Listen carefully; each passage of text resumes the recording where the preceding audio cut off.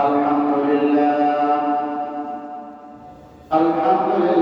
نحمده ونستعينه ونستغفره ونعوذ بالله من شرور أنفسنا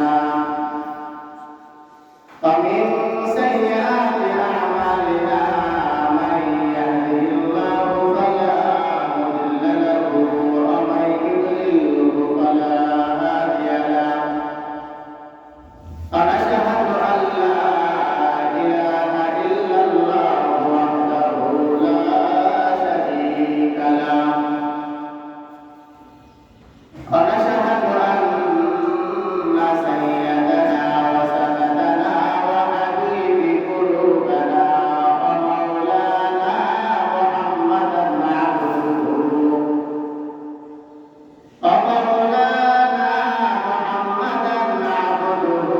ورسوله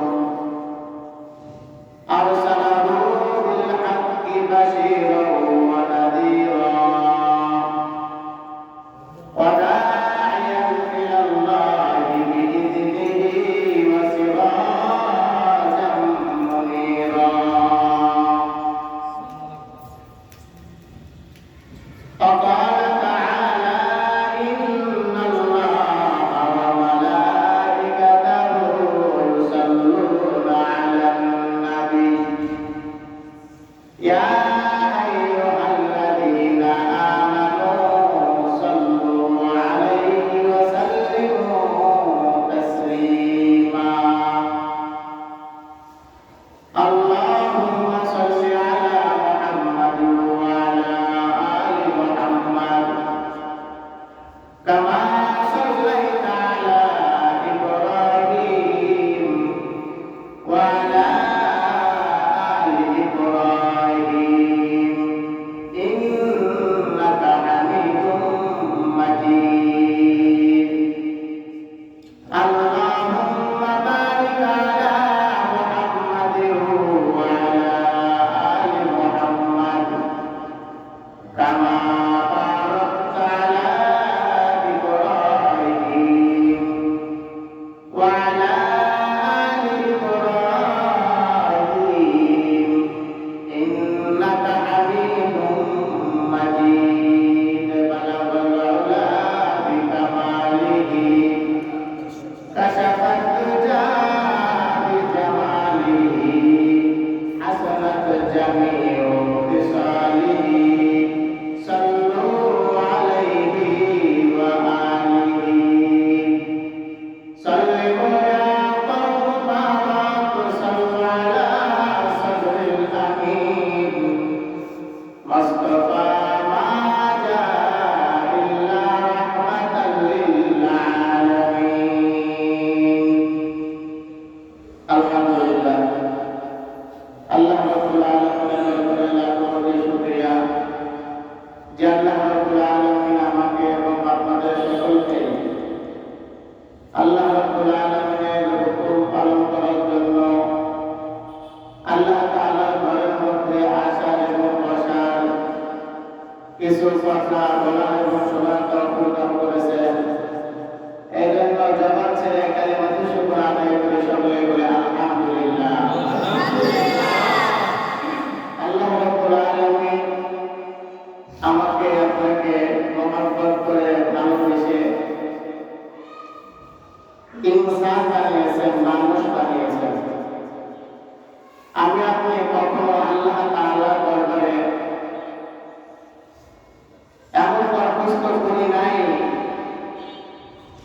যে দরখাস্তের কারণে আমাকে আপনাকে আল্লাহ রাব্বুল আলামিন ইনসান মানুষ হিসেবে দুনিয়াতে পাঠিয়েছেন। অনেকগুলো আল্লাহ তাআলা মাখলুকাত বানিয়েছেন। ওলামারা বলেন 58,000 মাখলুকাত, কম বেশি হতে পারে, অসংখ্য মাখলুকাত বানিয়েছেন আল্লাহ সুবহানাহু ওয়া তাআলা। তার মধ্যে সেরা মাখলুকাত হলো মানুষ, ইনসান, তারা হলো সেরা মাখলুকাত। আল্লাহ ইচ্ছে করলে আমাকে আপনাকে হাইওয়ান বানাইতেন, জানোয়ার বানাইতেন, গরু ছাগল বানাইতেন, পারতেন কিনা? কিন্তু আমরা কখনো বলি নাই রব্বে কারিম আমাকে আপনি গরু ছাগল বানায় নাই, আমাদেরকে বলছেন বলছেন কেউ? আমরা এই কথা কেউ বলি নাই। আমরা আল্লাহ তাআলার কাছে কোনো দরখাস্ত করি নাই, কিন্তু আল্লাহ সুবহানাহু ওয়া তাআলা বিনা দরখাস্ত আল্লাহ তাআলা ভালোবেসে মহব্বত করে মানুষ রূপে দুনিয়াতে পাঠিয়েছেন, আশরাফুল মাখলুকাত বানিয়েছেন। এই জন্য আরেকবার বলি আলহামদুলিল্লাহ। মহান রব্বুল কারিমের দরবারে লাখো কোটি শুকরিয়া যে রব্বুল কারিম আমাকে এবং আপনাদের সকলকে এমন একটা নবীর উম্মত বানিয়েছেন, যে নবীর উম্মত হওয়ার জন্য আগের জামানার নবী আলাইহিস সালাম তারা দরখাস্ত করেছিলেন, বলেছিলেন এমন যে আমি যদি নবীর উম্মত না পেয়ে যদি আমাকে উম্মত মুহাম্মদ বানাইতেন কতই না ভালো হতো।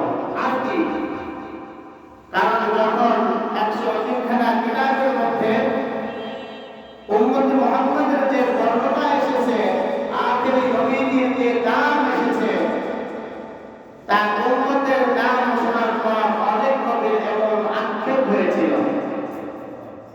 আমি আপনি কখনো আক্ষেপ করে বলে নাই যে আমাকে মুসাফির উম্মত বানায়েন না, আমাকে মুহাম্মদের উম্মত বানান। বলছেন আল্লাহ তাআলা ওদের যত্ন করে ভালোবেসে মহব্বত করে আখেরি নবীর উম্মত বানিয়েছেন। আরো যদি গভীর চিন্তা করা যায়, সাহাবা আজমাইন আলাইহিস সালাম কে আল্লাহ রাসূল সাল্লাল্লাহু আলাইহি ওয়াসাল্লাম বলতেছিলেন, আমার সাহাবারা তোমরা তো আমাকে দেখে ঈমান এনেছো, আমার একটা ভাই না দেখে আমাকে আমার উপরে ঈমান আনবে, তারা হলো আমার ভাই, আর তোমরা আমার বন্ধু সাথী। যখনই ভাই বলছে সাহাবা আজমাইন জিজ্ঞাসা করছে ইয়া রাসূলুল্লাহ ভাই মানে, তখন রাসূল সাল্লাল্লাহু আলাইহি ওয়াসাল্লাম জামার অংশ দেখাচ্ছিলেন, তোমরা আমার উপরের পিঠ জামার উপরের পিঠ, আর আমার ওই সমস্ত ভাই হলো জামার ভিতরের পিঠ। সুবহানাল্লাহ। বলেন তো গায়ের সবকে বেশি লেগে কোনটা, উপরের পাট না ভিতরের পাট? আমাদেরকে আল্লাহ রাসূল সাল্লাল্লাহু আলাইহি ওয়াসাল্লাম এত ভালোবাসা দিয়েছেন, কেন? আমরা রাসূলকে না দেখে বিশ্বাস করতেছি, না দেখে মেনে নিয়েছি যে মুহাম্মদুর রাসূলুল্লাহ নামক একজন নবী আসছে, আমরা তার উম্মত, ঠিক কিনা? যদি আমরা সংশয় করি, ঈমানদার বলে দাবি করতে পারবো? পশ্চিমকালেও না। নবী আলাইহিস সালাম আখেরি জামানার উম্মতের বর্ণনা করতে যে রাসূল বলতেছিলেন, আমার বর্ণনা অহংকার না, রিয়া না, আল্লাহ তাআলা পাঠিয়েছেন আমার অনেক পরে, আর আমি সবার আগে আমার উম্মতদেরকে নিয়ে জান্নাতে যাব। সুবহানাল্লাহ। তার একটা নমুনা মিরাজের রজবের ঘটনার মধ্যে আসছে যে রাসূল সাল্লাল্লাহু আলাইহি ওয়াসাল্লাম জান্নাতের মধ্যে যাচ্ছেন, দেখা করছেন, ঘুরছেন, পায়ের আওয়াজ পেয়েছিল সাহাবার। এই জন্য আমরা আমাদের দাম যে কত, এই জিনিসটা আমরা ভুলে গিয়েছি। যার দাম আমরা নিজেরাই হারাই ফেলছি, কারণ একটাই, আমাদের আকলটাকে সঠিক পথে খাটাই নাই, তাই হলো আমরা আমাদের নিজেদের দাম ভুলে গিয়েছি। যেমন স্বর্ণ একটা দাম আছে, এটা কে জানে? স্বর্ণকার জানে, ঠিক কিনা? স্বর্ণের দাম জানে বিধায় স্বর্ণটা যখন দোকান বন্ধ করে, জুয়েলার্সের দোকান খেয়াল করেছেন আপনারা, আগেও খেয়াল করেছি যে তারা সকল ডিসপ্লে দেওয়া যা স্বর্ণ আছে, সকল স্বর্ণগুলো তাদের একটা লোহার একটা শক্ত মজবুত একটা জায়গা, সেখানে তারা লুকায়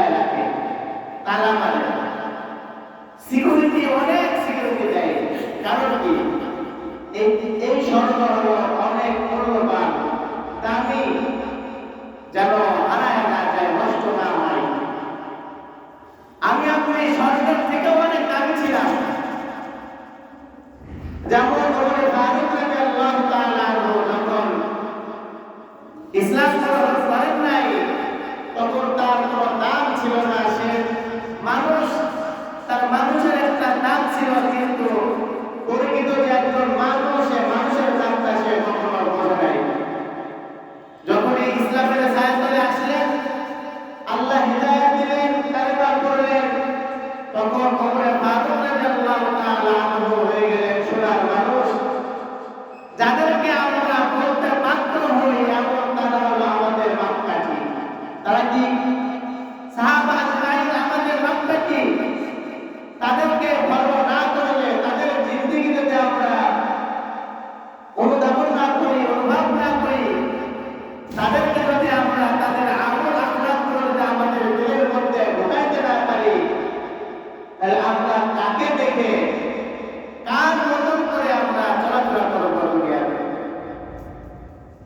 তখন ফারুক রাদিয়াল্লাহু তাআলা আনহু রাসূলকে একদিন জিজ্ঞাসা করেছেন, ইয়া রাসূলুল্লাহ, কাফেররা যুদ্ধ করে মারা গেলে এরা কোথায় যাবেন? জাহান্নামে।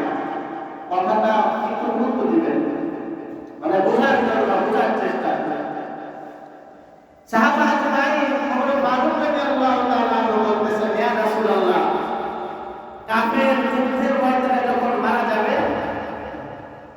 ও কোথায় যাবে? জাহান্নামে।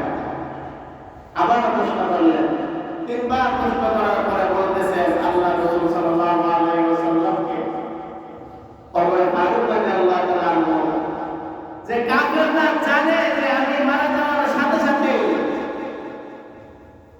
জাহান্নামে চলে যাব, এইটা জানার পরেও যে কাফের মুসলমানদের তরবারির সামনে আসে, তখন আবার জিজ্ঞাসা করছেন, ইয়া রাসূলুল্লাহ, আমরা মুসলমান ঈমানদার যারা আছি যুদ্ধের ময়দানে গেলে যদি আমরা মারা যাই আমরা কোথায় যাব? এ বলছে সরাসরি জান্নাতে। সুবহানাল্লাহ। যে বলছে জান্নাতে, ওমর ফারুক রাদিয়াল্লাহু তাআলা আনহু লাভ দিয়ে উঠে বলতেছেন, ইয়া রাসূলুল্লাহ, ইয়া হাবিবাল্লাহ, কাফেররা যুদ্ধের ময়দানে জানা সত্ত্বেও জাহান্নামে যাবে, এই কথাটা জানার পরেও যদি তারা আমাদের সামনে লড়াই করতে আসে আর আমরা জানি আপনি বললেন মারা যাওয়ার সাথে সাথেই জান্নাতে চলে যাব, তাহলে কিসের রাজনীতি? আমি তো এখনই জিহাদের ময়দানে যাই, শাহাদাত বরণ করতে চাই। সুবহানাল্লাহ।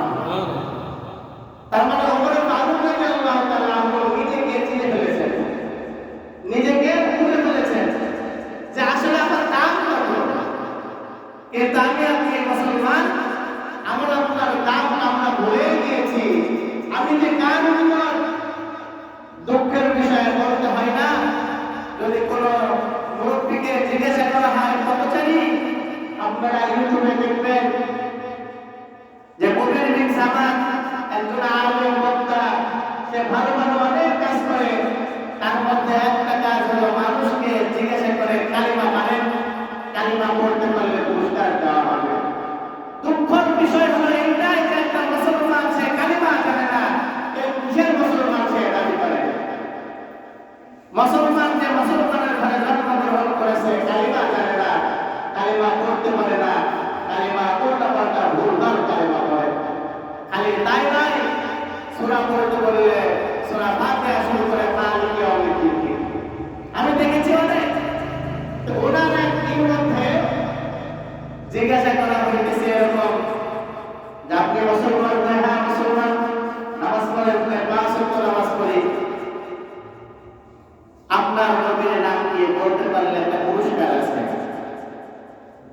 নবীর নাম বলতে পারে নাই, নবীর নাম সে ঈসা, মুসা আলাইহিস সালাম থেকে শুরু করে যা মনে আছে তাই বলছে।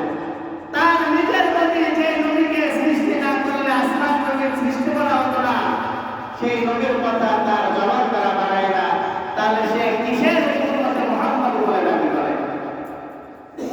এটা বড় আফসোসের বিষয়। এইটা না জানার মূল কারণ হলো আমরা রাসূলের আদর্শ থেকে দূরে চলে গিয়েছি, অনেক দূরে, অনেক দূরে, যার জন্য আমার মনে থাকে না। আমি নাম বলবো না, কোন এক প্রোগ্রামে কোন এক নেতা সে তার নবীর নাম বলতে পারে নাই,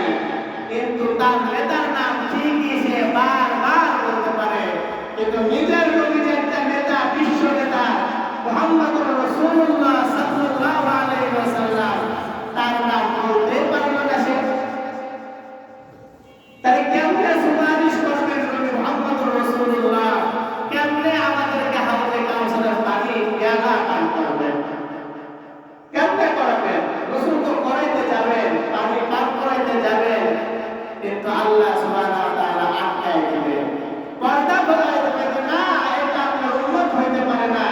আপনার উম্মত যদি হতো তাহলে আপনার মাথা থেকে পা পর্যন্ত যে সূরাত আছে সূরাতটা আগে পালন করতো, সিরাতটা একটু পরে পালন করতো।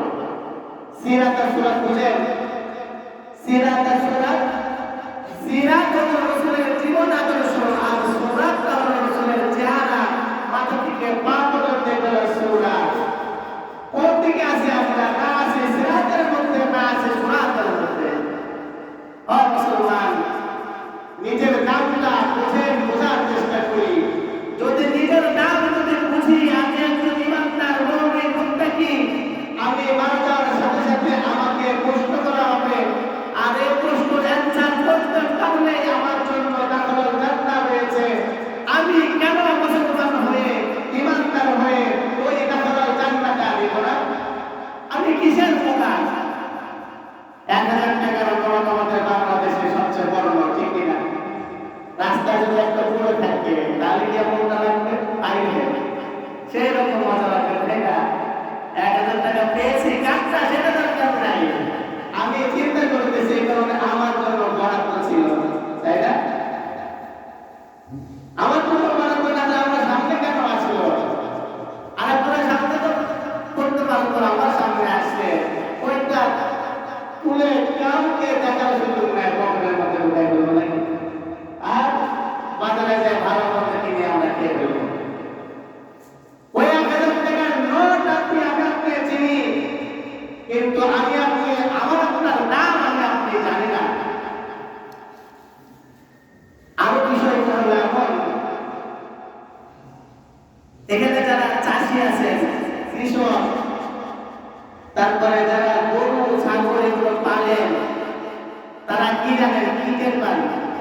একটা গরুর ঘর অনেক সুন্দর হয়। আমাদের ওদিকে আছে, আমি যে প্রথম যে মসজিদে ছিলাম সম্পর্কে মামা হয়, তো বাসায় দাওয়াত দিয়ে এসে গিয়েছি। বাসার মধ্যে ঢুকে, রুমের মধ্যে ঢুকে আর ভালো লাগে না, মানে টিনের ঘর তো, আর কোনো কিছু ঠিক নেই, অসুন্দর অগোছালো। এবার খাওয়া দাওয়া শেষ, হাত ধুতে গেছি কলের পার, গ্রামের কলের পার হাত ধুতে গেলে দেখি যে ভালো একটা সুন্দর একটা ঘর। আমরা আমার বলছি যে এই ঘরে কিসের? গরুর ঘর। গরুর ঘরে যাওয়ার পরে দেখি যে ভ্যান, প্রত্যেকটা গরুর মাথার উপরে একটা সাইডে সুন্দর করে হুড়োহুড়ি করা এবং বড় একটা পাথরও বসানো। অনুভব করলাম, চিন্তা করলাম, বললাম আমার এদিকে রাতে মিনিমাম 3 বার খোঁজ নেয়, দেখে যে মশা বা তাস এগুলো লাগছে কিনা, এই জন্য কয়েল আছে, কয়েল দিচ্ছে। পরে আপনাকে বললাম যে তুমি তোমার ঘর, নিজের ঘরটা কেমন করে গুছায় রাখছো, আর এইটাকে তুমি কেমন গুছাইলা, কত সুন্দর করলা। তাই আমি তো মারা গেলে আমার কোনো দাম নাই, মূল্য নাই, অথবা আমাকে কেউ কিনবেও না, বাজারে আমাকে কেউ কিনবে কোন যুক্তি? কিন্তু একে বিক্রি করলে কমসে কম 2 লাখ টাকা আসবে। কয় টাকা? কমসে কম 2 লাখ টাকা আসবে একটা গরু। এই গরুর জন্য মেহনত করতেছি, আর তোমার মূল্য নাই, আমাকে কেউ কিনবে, তুমি কি কিনবা আমারে? আমি বললাম যে কিনার যদি কথা থাকতে পারে তোমার কিনতাম, কিনার কথা থাকলে তোমার কিনতাম, কিনে আমি কাজে লাগাইতাম। ঠিক আছে, ওই যে আছে না আগের জামানায় যে দাস বিক্রি হতো, দাসী বিক্রি হতো, কড়াই করে আজাদ করে দিলে যে সোয়াব, আমি তোমাকে কড়াই করে তোমাকে আজাদ করে দিতাম, তুমি তোমার বাপ মার কাছে গেলে আমি অনেক সোয়াব পাইতাম। এই কথাটা অনেক জায়গায় বলেছি, অনেক আলোচনার মধ্যে বলেছি। এটাই যে আমি মানুষ, কৃষক, জানি যে ধান লাগাইলে আমার লাভ আছে, এই জন্য নামাজ বাদ দিয়ে ধান লাগাচ্ছি। আমি আপনি জানি কম লাগাইলে লাভ আছে, কম লাগাইতেছি, কিন্তু আমি আপনি এইটা জানি না আমি মুসলমান, নামাজ পড়লে জান্নাত পাবো, এইটা আমি জানি না। এইটাই সবচেয়ে আমার বড় দুর্ভাগ্যের বিষয়। এই জন্য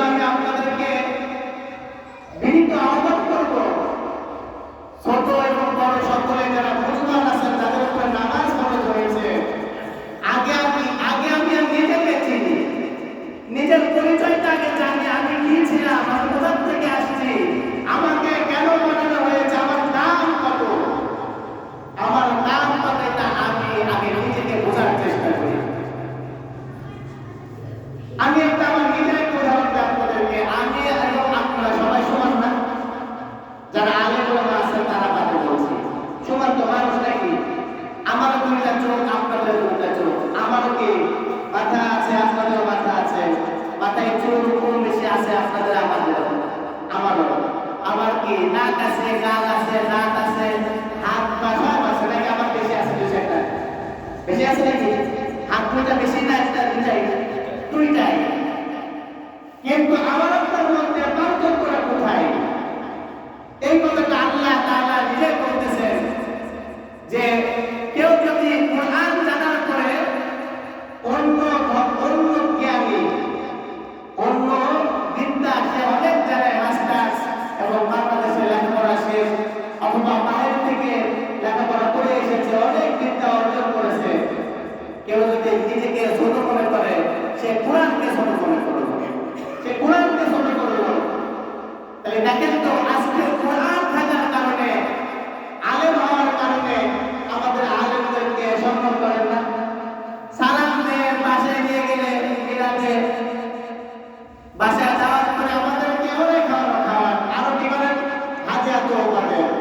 তাহলে দেখেন তো, আপনাদের থেকে আমাদের আলেম ওলামাদের দাম একটু বেশি বেশি না? আমি যদি আমার এই দামটা ভুলে যাই, তাহলে আমি মানুষের কাতারাই তো করবো না, কারণ আমি তো আপনিও মানুষ, আমিও মানুষ, কিন্তু আপনার থেকে আমি দামি। কোন কারণে? কুরআন ও হাদিসের কারণে।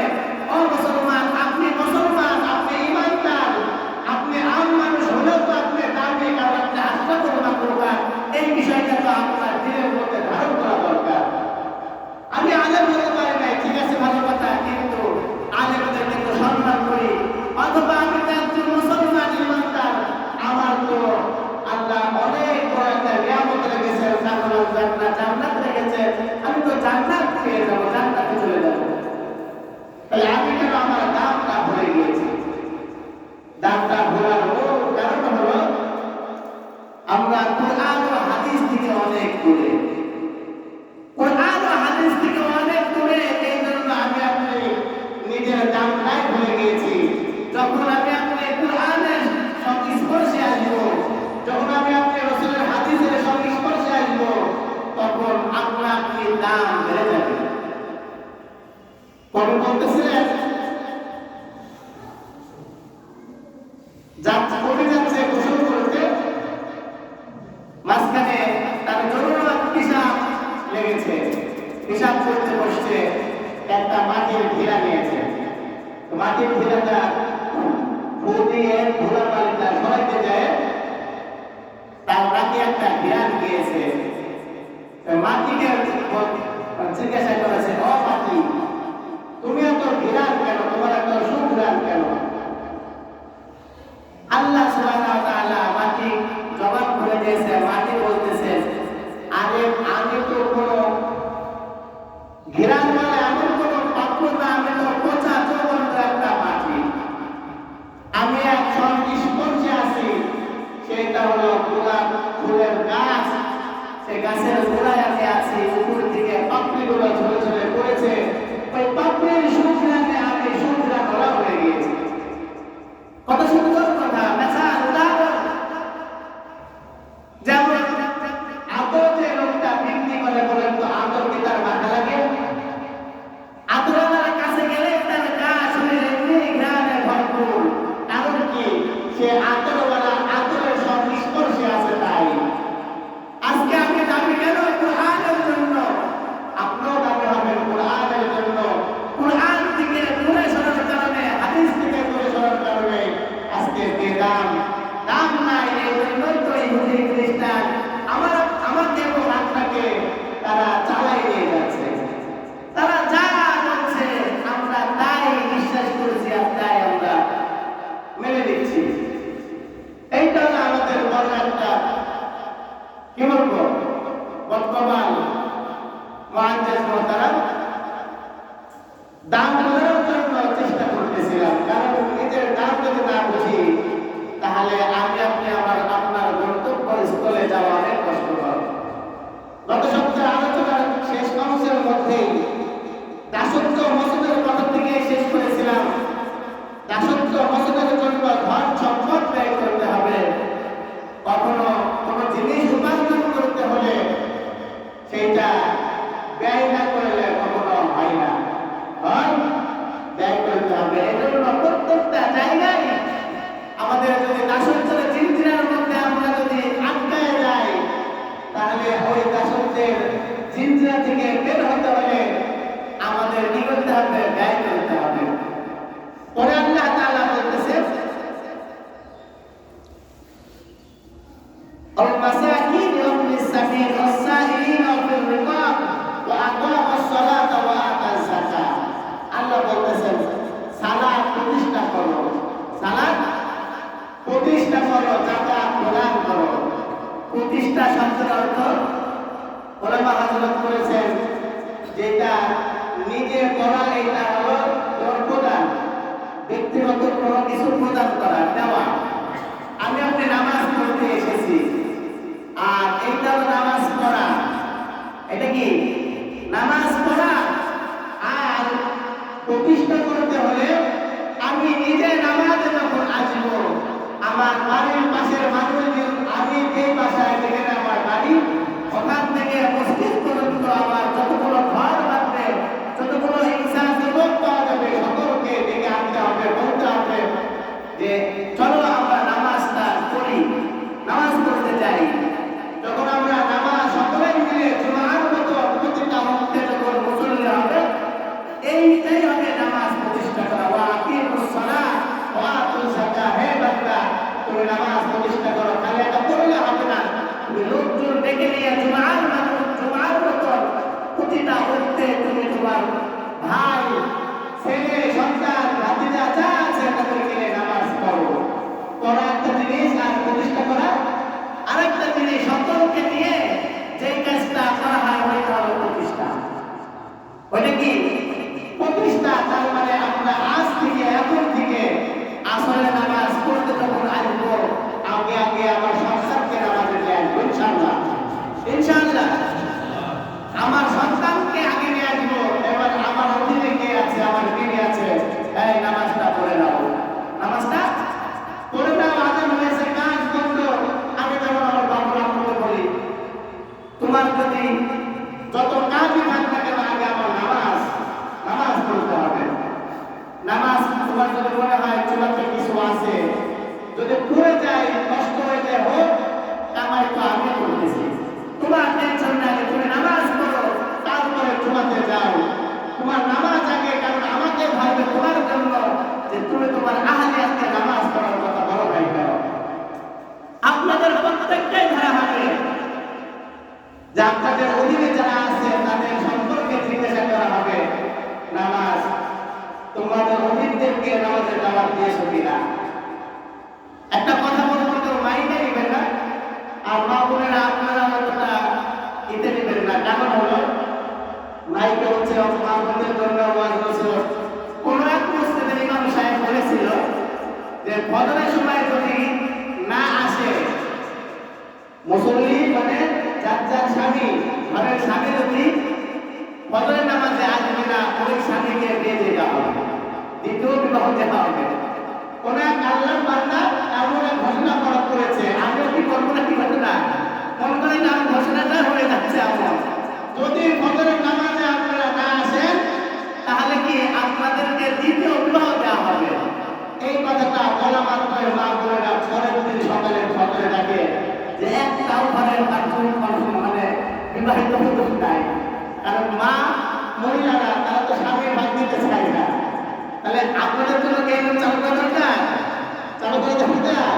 ও আমার মা বোনেরা, আপনাদের উদাত্ত আহ্বান জানাচ্ছি, আপনাদের স্বামী যারা আছেন তাদেরকে যদি আপনি তুলে দেন, তাহলে সব পাবেন। আর যদি তুলে না দেন, আমার সামর্থ্য অনুযায়ী আমি চেষ্টা করবো এই কাজটা করার জন্য। আমি যদি না পারি, আল্লাহ তাআলার কাছে সাহায্য করবো, ঠিক কিনা বলেন?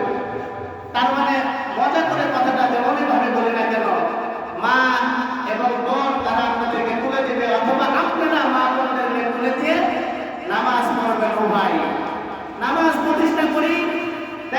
ঘরের অশান্তি দূর হয়ে যাবে। নামাজ প্রতিষ্ঠা করি, দেখবেন যে সাংসারিক অশান্তি দূর হয়ে যাবে। নামাজ প্রতিষ্ঠা করি, সমাজের মধ্যে যে বিশৃঙ্খলা আছে চলে যাবে। নামাজ প্রতিষ্ঠা করি, রাষ্ট্রের মধ্যে যে সমস্যাগুলো আছে আল্লাহ তাআলা একমাত্র নামাজের মাধ্যমে সকল সমস্যার সমাধান করতে পারে। এই কথা আল্লাহ বলছেন, ইন্না সালাতা তানহা আনিল ফাহশাই ওয়াল মুনকার। যখন তোমাদের নামাজ সুন্দর হবে, যখন তোমাদের নামাজ সুন্দর হবে, তখন তোমাদের খারাপ কাজ থেকে তোমরা এমনি বিরত থাকবা। নামাজ খারাপ কাজ থেকে বিরত রাখবে। আজকে নামাজ পড়ে চুরি করি, আজকে নামাজ পড়ে মিথ্যা বলি, আজকে নামাজ পড়ে সুদ খাই, আজকে নামাজ পড়ে ঘুষ খাই, আজকে নামাজ পড়ে পরের আলটা কি, আজকে নামাজ পড়ে আমাদের যত গুনাহ আছে সকল গুনাহ করি। এই জন্য তো নামাজের ব্যক্তির কোনো মূল্যায়ন নাই। এই জন্য নামাজের ব্যক্তির মূল্যায়ন নাই। কারণ কি, ও নামাজ হয় না, ও নামাজ পড়ে ঠিকই, কিন্তু নামাজ পড়ে যায় কি করে, খারাপ কাজ করে। এখন বলতে পারেন যে নামাজ কেন আমার আপনাকে খারাপ কাজ থেকে বিরত রাখতে পারছে না? আপনার নামাজই হচ্ছে না, তাহলে আপনার খারাপ কাজ করবে আপনার ইয়ে হয়। এজন্য আসুন, আমি নিজে আগে নামাজ পড়বো, আমার সন্তানকে নামাজ পড়াবো, আমার বিবিকে নামাজ পড়াবো, আমার ভাইকে নামাজ পড়াবো, তা দাওয়াত দিব। এমনকি যারা মুসলমান আছেন, ছাত্র যারা যারা নামাজ বাদে নামাজের সময় কেনাম খেলে, লুডু খেলে, এদেরকে ধরে ধরে রাখতে পারবেন না? পারবেন ইনশাআল্লাহ। আমরা একটা রেট দিয়েছি, এবার মনে হয় একটু অনুকূলতা হয়েছে অনেক মুসলমান। আসলে এটাকে আমার জন্য বলেছি, ভাই আমি আপনাদের সাথে জান্নাতে থাকতে চাই, আমি জান্নাতে যাব, আপনাদেরকে কেন জান্নাত বিহীন করব? এই জন্য আমি নিজেও জাহান্নামের আগুন থেকে বাঁচতে চাই। আমার মুসলমান ভাই যেন জাহান্নামের আগুনে না পড়ে, এই চিন্তা আমার আছে, আপনাদের মধ্যে থাকতে হবে। এই জন্য আসলে নামাজ পড়তে আসবেন, এক একজন বলতে বলতে আসবেন। মহব্বতের যে মানুষ আছে, বন্ধু আছে, তাকে বলবেন যে দোস্ত চল নামাজটা পড়ে আসি, দুনিয়াতে একসঙ্গে থাকি, চল জান্নাতের মধ্যে একসঙ্গে থাকবো। পারবো না ইনশাআল্লাহ? মা বোনেরা, আপনাদের উদাত্ত আহ্বান জানাচ্ছি, আপনারা নিজেরা 5 ওয়াক্ত নামাজ পড়বেন। আপনার যেই স্বামী যাকে বলা হয়, আপনার গার্জিয়ান অভিভাবক, যে স্বামী নামক যে পুরুষ আছে, তাকে নামাজের তাগিদ দেবেন এবং ফজরে তুলে মসজিদে পাঠাবেন ইনশাআল্লাহ। আল্লাহ তাআলা আমাকে সহ আপনাদের সকলকে 5 ওয়াক্ত নামাজ জামাতে আদায় করার তৌফিক দান করুন। আমিন। মা বোনদেরকে পর্দার সহিত